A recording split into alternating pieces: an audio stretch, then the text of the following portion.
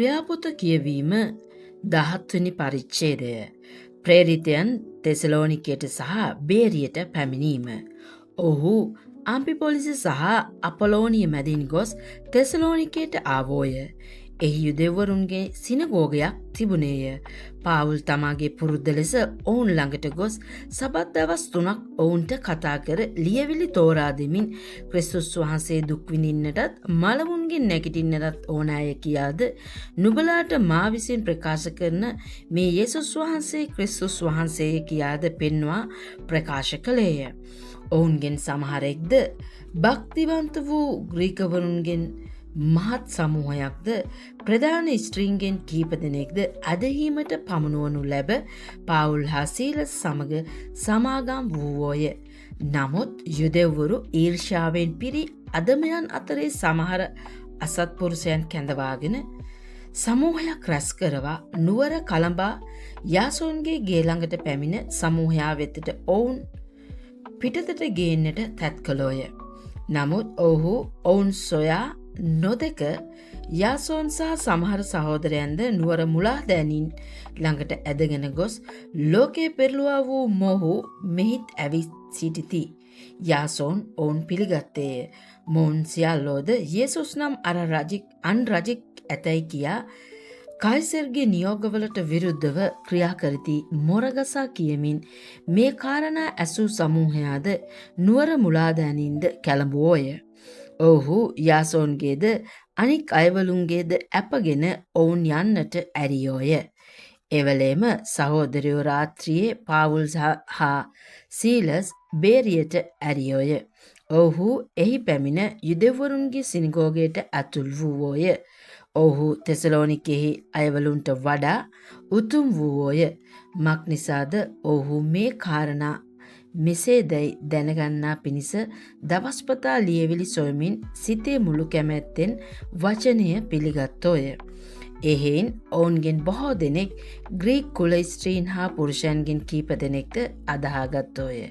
නමුත් පාවුල් විසින් බේරියෙහිදීත් දෙවියන් වහන්සේගේ වචනය ප්‍රකාශ කළ බව තෙසලෝනිකයේ යුදෙව්වරුන් දැන එතැනට පැමිණ සමූහයා පොළඹා කැළඹෙව්වෝය.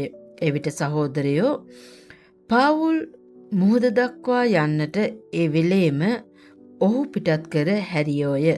සීලස්ද තිමෝතියස්ද එහිම නැවතී සිටියෝය. පාවුල් කැඳවාගෙන ගිය අය අතීනසය දක්වා ඔහු ගෙන ගොස් ඔහු ළඟට පුළුවන් ඉක්මනින් එන්නට කියා සීලස්ටද තිමෝතියස්ටද කියන ලෙස අනලැබ පිටත්ව ගියෝය.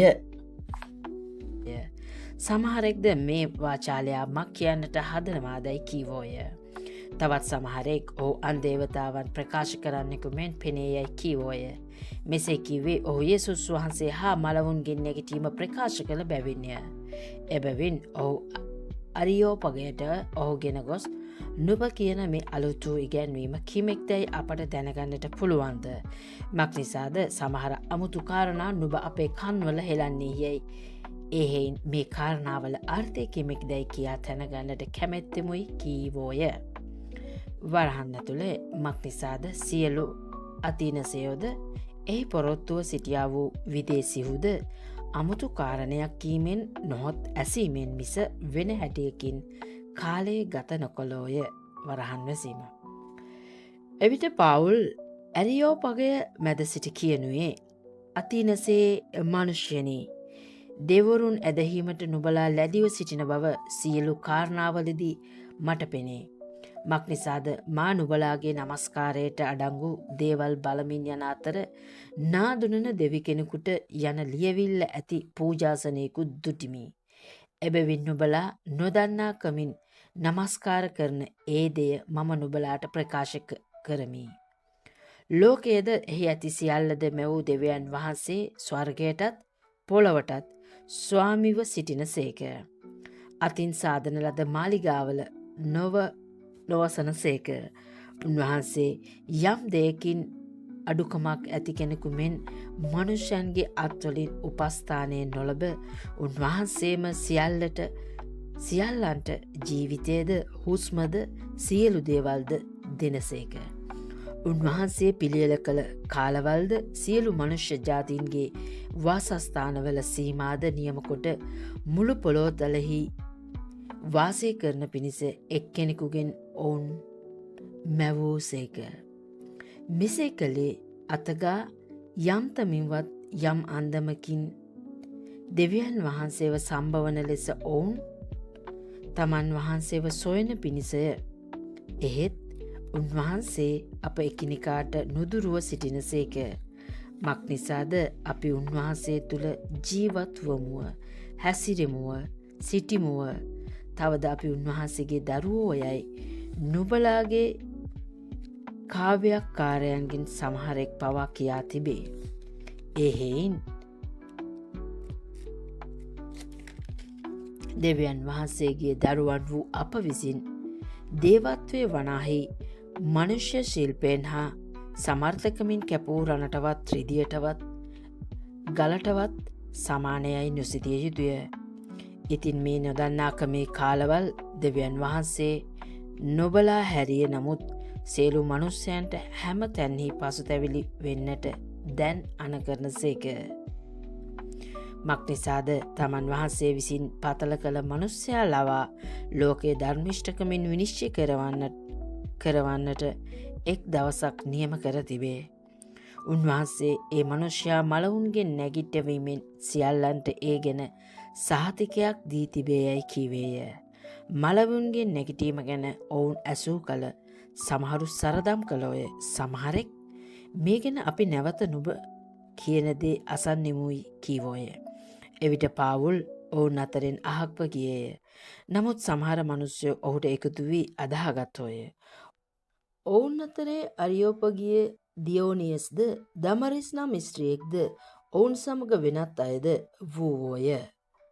ක්‍රියාපොත කියවීම 18 වෙනි පරිච්ඡේදය. කොරින්තියේ මෙහෙය.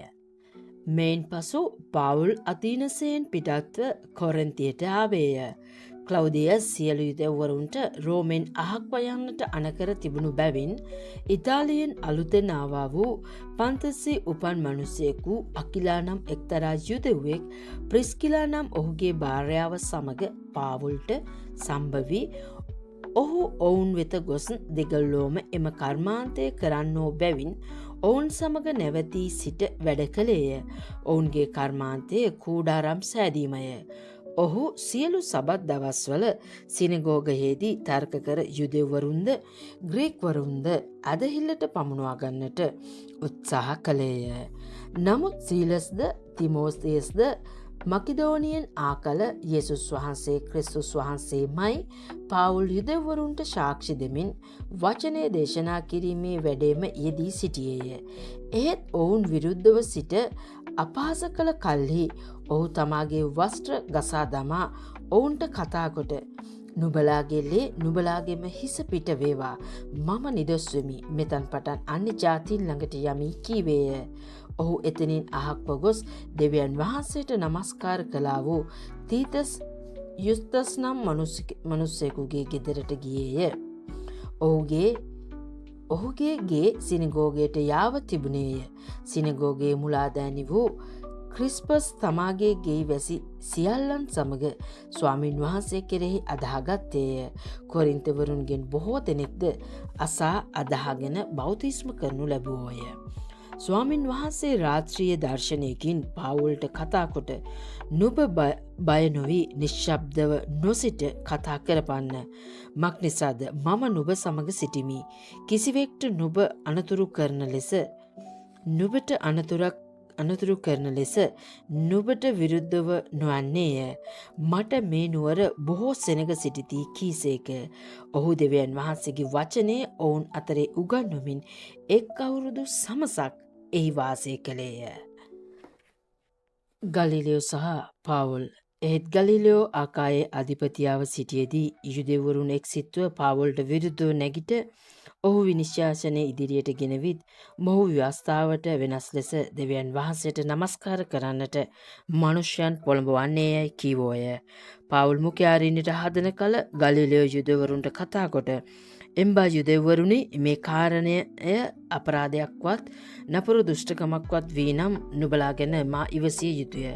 නමුත් මේවා වනාහි වචනවල්ද නාමවල්ද නුබලාගෙම ව්‍යවස්ථාව ගැනද වාදවල් නම් නුබලාම බලා ගනිල්ල. මේ දේවල් ගැන මම විනිශ්චයකාරයෙක් නොවන්නෙමි කියා ඔවුන් නඩු ආසනයේ වෙතින් එලෙව්වේය.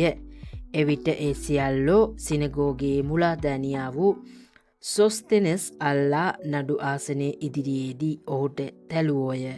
ගලීලියෝ මේ දේවලින් කිසිවක් ගැන සැලකුවේ නැත.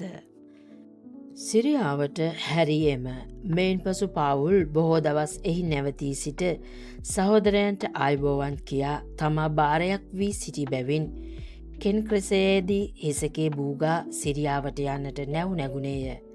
ප්‍රිස්කිලා දාකිලාද ඔහු සමග ගියෝය.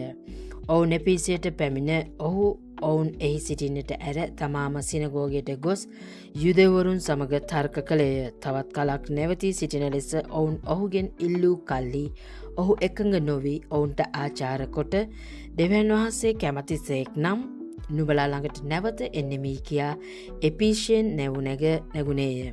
ඔහු කයිසාරියට ගොඩ බැස ගොස් සභාවට ආචාර කොට අන්තිෝකියට බැසගියේය. ඔහු එහි කලක් පසුකොට පිටත්ව පිළිවලින් ගලාතියේ සහපිරීගියේ පළාත් මැදින් ගොස් සියලු ගෝලයන් ස්ථීර කළේය. අපොල්ලොස් එපිසේ සහ ආකායේ සිටීම. ඇලෙක්සැන්ද්‍රිය උපන්නා වූ උගතෙක් වූ අපොල්ලොස් නම් එක්තරා යුදෙවෙක් එපිසේට ආවේය. ඔහු වනාහි ලියවිලි ගැන බලවත්ව සිටියේය.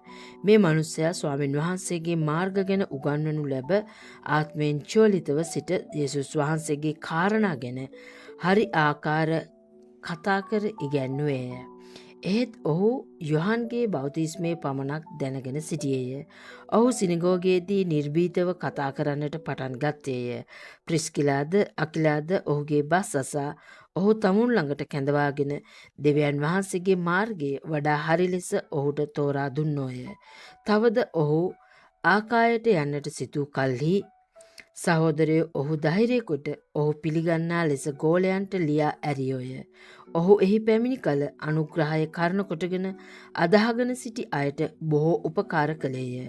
මක්නිසාද ඔහු යේසුස් වහන්සේ ක්‍රිස්තුස් වහන්සේ බව ලියවිලිවලින් පෙන්වා ප්‍රසිද්ධියෙන්